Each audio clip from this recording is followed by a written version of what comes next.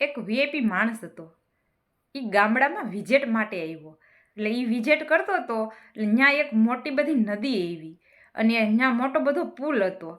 એટલે એ પુલની વચ્ચોવચ્ચ એ પૂગ્યો ને એટલે એની ગાડીનું ટાયર પંચર થઈ ગયું. એટલે પછી એણે બહાર નીકળી અને જોયું. એટલે એની ગાડીનું ટાયર હતું એ પંચર થઈ ગયું હતું. એટલે પછી એણે ડેકીમાંથી બીજું નવું ટાયર કાઢ્યું અને એ ટાયર બદલાવતો હતો. પછી એમાં જે ટાયરના 4 બોલ હોય ને એ નીચે નદીમાં પડી ગયા. એટલે પછી એ તો વિચારવા લાગ્યો કે મારા આ બોલ ભૂલથી નદીમાં પડી ગયા, હવે હું ટાયર કેવી રીતના ફિટ કરીશ અને ગાડી કેવી રીતના ચલાવીશ. એટલે એવી રીતના એ વિચાર કરતો હતો ને ત્યાં સામેથી ને એક જણ હાઈલો આવતો હતો. એટલે એ બિચારો ગરીબ માણસ હતો, લાકડા કાપી અને આવતો હતો. એટલે આ વીઆઈપી માણસની નજર છે ને એની સામું પડી.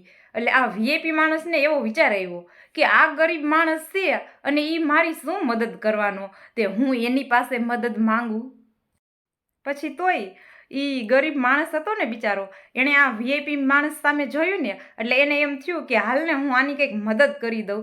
એટલે આ ગરીબ માણસે બિચારા સામેથી પૂછ્યું ઓલા વીઆઈપી માણસને કે હું તમારી કંઈ મદદ કરું. એટલે આ વીઆઈપી માણસે છે ને એને ગુસ્સામાં જવાબ આપ્યો કે હું આ ટાયર બદલાવતો હતો અને એના 4 બોલ છે ને એ આ નદીમાં પડી ગયા છે, તો હવે હું શું કરું અને તું મારી હું મદદ કરીશ. એટલે એ ગરીબ માણસ હતો ને એણે આ વીઆઈપી માણસને કીધું હું તમને એક આઈડિયો આપું. એ કે હું તો કે તમારી ગાડીના બીજા જે 3 ટાયર છે ને એમાં 4 બોલ છે ને એ 3ય ટાયરમાંથી એક બોલ કાઢી લ્યો અને આ ટાયરમાં ફિટ કરી દો.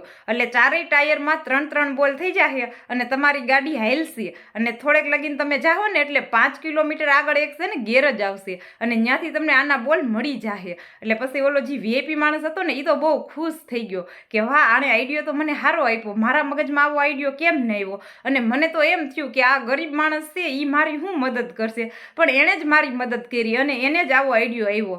એટલે આપણે છે ને કોઈની પરિસ્થિતિ અને કોઈ માણસને જોઈ અને એને જજ નથી કરવાનું. જે આપણે ન કરી શકતા હોય ને એ પણ કરી શકીએ અને એ પણ આપણી કાયમ આવી જ શકીએ ક્યારેક ને ક્યારેક.